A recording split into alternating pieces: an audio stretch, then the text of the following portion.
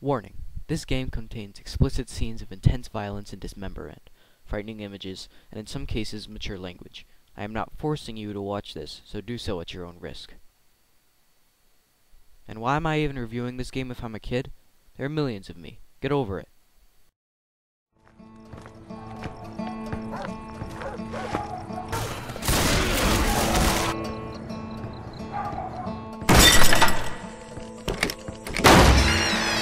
Report unusual behavior. Barricade your homes. Avoid all contact with infected individuals. Wait for official instructions. Wait my ass. Kill all sons of bitches. That's my official instructions. Yerp, I'm reviewing this game that's nearly 2 years old. Why? Because it's fun, and some people might have missed it, including me. In advance, let me point out I'm only playing the first level to avoid spoiling anything for people who have yet to play the game. So I picked this up at a Steam sale a couple days ago. $5, good deal. Probably one of the best gaming purchases I've made in a while, considering how much replay value it has. But then again, some of the Steam sales are so ridiculous it's hard to tell if some of the prices aren't incredible deals, especially the Valve games. Thanks, Valve. Anyway, here it is. Left 4 Dead 2. The menus are pretty straightforward in terms of easily streaming along all the game modes. There's campaign, both single and multiplayer, versus, mutation, survival, scavenge, and realism variations of nearly each of the above. What is realism? It's pretty much a difficulty enhancer that fits itself onto any difficulty setting you're on, no matter how easy. It can really be a pain to complete the harder modes, so I usually stick to my pussy instincts and play on normal. Anyway, you can play the game with up to 4 people online like the first game by selecting a random game or creating one of your own with friends. As you can see, I chose to create my own, but either way works great. Communication is really easy in this game. Teamwork is essential though. So the story goes that you are one of the survivors in the middle of this abandoned, zombie-ridden city that rescuers have seemed to ignore.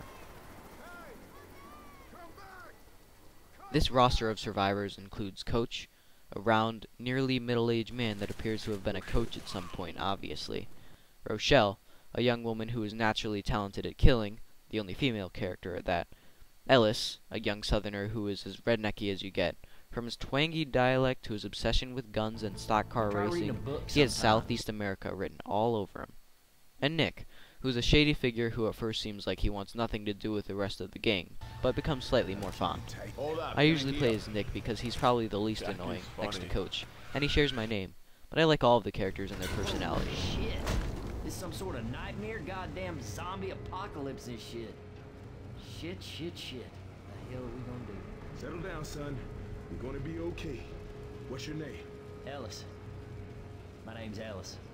You help them make their way across the once pure land to somehow escape, no thanks to the government.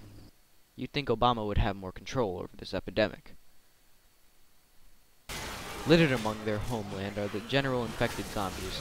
They're pretty weak, understandably, but it still boggles my mind how only about 8 people have managed to not get infected by these weak, yet limber idiots. They're pretty stupid.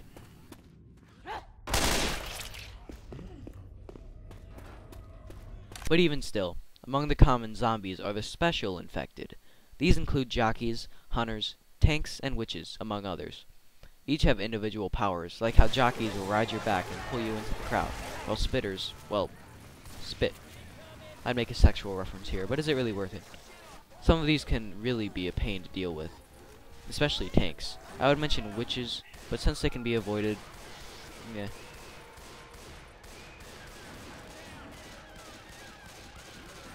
There is no escape from tanks.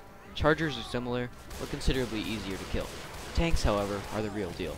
They can easily wipe out your whole team if you're not careful, thus putting more emphasis on the teamwork system.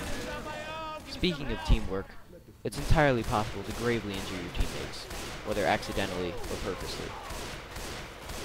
Often, it's annoying, for every time it happens, a note appears that tells you to stop doing what you just did. Honestly, there's probably a way to turn it off that I haven't actually looked for. Peace, my man. You go down again, and you ain't getting back up. Hey. Reloading. I'm not gonna make it.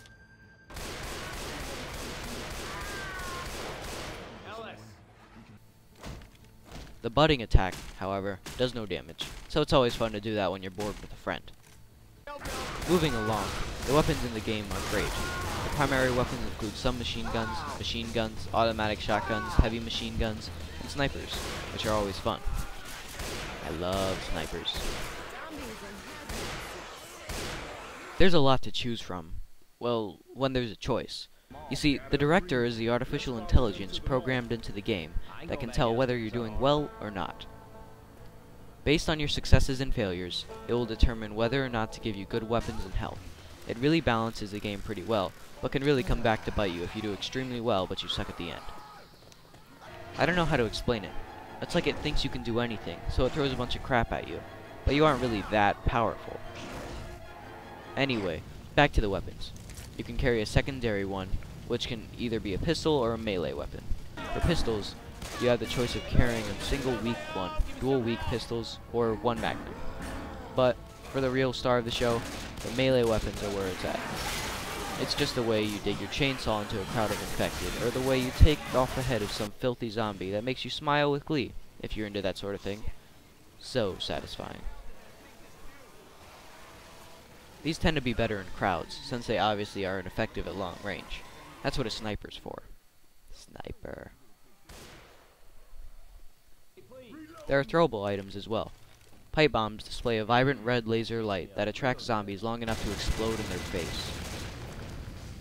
Boomer bile, however, is one of the special infected's puke that is used to bring zombies to a particular spot where you can get cheap shots at their backs. Lastly, Molotovs are the explosive liquor bottles that can set a crowd of zombies ablaze. These tend to be effective when you don't feel like dealing with a crowd. But then again, all of the throwable items pretty much serve this purpose, but this one has a little bit more flame. But wait, there's more. Health items, clearly, are also an extremely important factor to surviving. The obvious health kits, well, heal you significantly. When you notice yourself start to walk slowly and your health bar is any color other than green, it's probably time to heal. But unfortunately, you can't always heal when you need to. Some situations require you to be helped by a teammate, hence the teamwork idea. This is why you never wander off. But if you do happen to die, and your friend has a defibrillator, you can actually be revived from the dead with a decent amount of health to boot. It can be risky to carry a defib, though, since it takes the spot of the first aid kit, inventory-wise. You are brought back to the last safe house you stopped at when all the human players die, and well, yeah, you can revive your friends too. I just don't have any footage of any use of the defibrillator since we were all stupid and we wandered away from each other. Oh, and for the safe houses?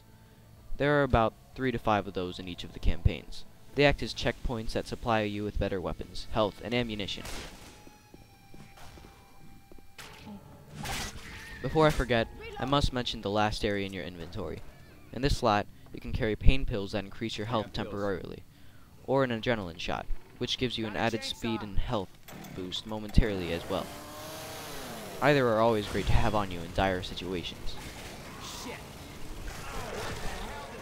The endings of each level vary ever so slightly. One time you'll be filling up something with gasoline, while another time you'll just be trying to survive, waiting for rescue. It gets really hectic, and it may take some time to get it right. The scavenge mode on the menu is pretty much a tiny variation of the gas collecting aspect of the game. Though dying can be stressful, it's very rewarding when you can finally complete a campaign after several tries. You are so relieved that you completely forget about the other computer players that died because you left them behind. There's also a nice little stat display chart in the loading screens between levels that display your accomplishments and failures. The credits pretty much are an overall showcase of how you did in that campaign, and it shows it in this novelty little movie credit style format. A couple other modes worth mentioning are the versus and mutation modes. Versus is similar to campaign, depending on what team you're on. Survivors must reach the end before the other human-controlled team of special infected kill you. It makes it all the more intense, but as you can see, I'm pretty terrible at being a zombie. Being the infected can be hard to get used to, but it is pretty fun, a nice addition in my eyes.